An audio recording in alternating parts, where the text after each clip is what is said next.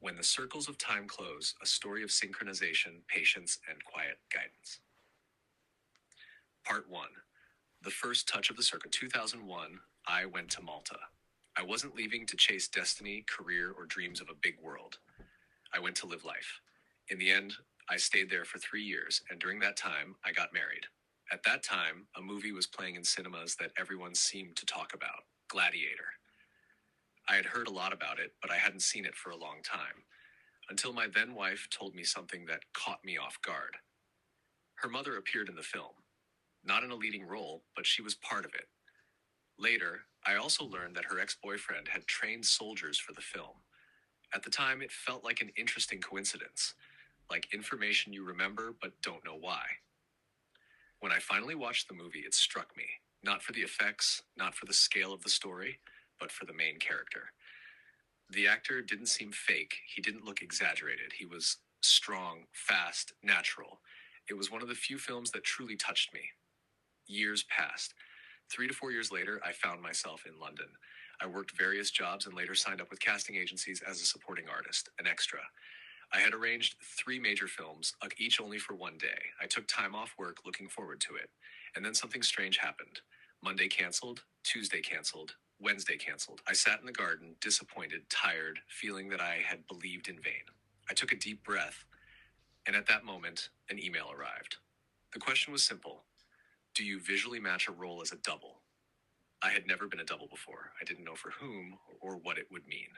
Yet, I replied, yes. Half an hour later, the answer came. You have been selected. Please come to the studio tomorrow.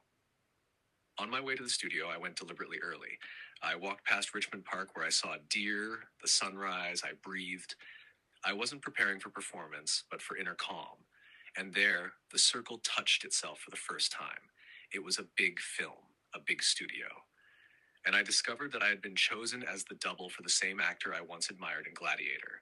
When they made the wig, the beard, the costume, when I saw myself in the mirror, I realized, in certain angles, I matched him almost completely.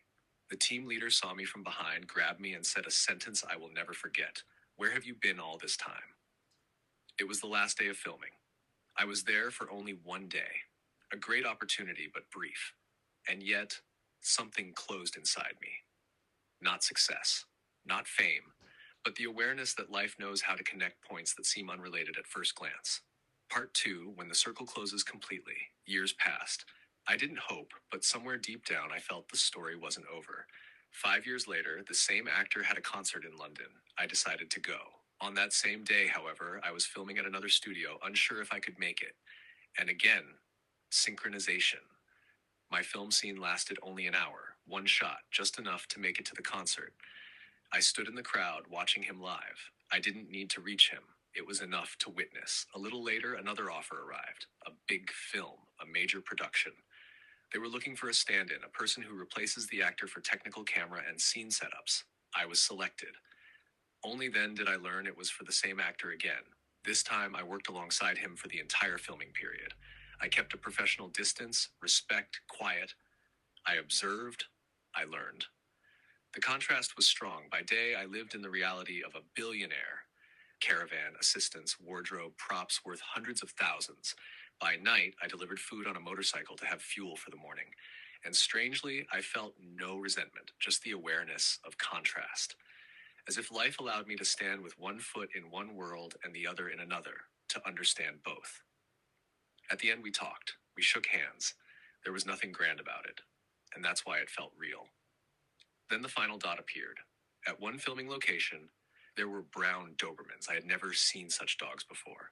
A few days later, in Slovakia, on a completely deserted hill, a brown Doberman came to me from the forest. No words, no reason. Just a quiet confirmation. Conclusion, what can be learned? This story is not about the film. It's about how time works in circles, not lines. That some desires are not fulfilled immediately, but exactly when they are meant to teach us something. It's not about being famous. It's about staying humble when the circle closes. And perhaps most importantly, when something is felt deeply and purely, life always finds a way to quietly show it to us one day.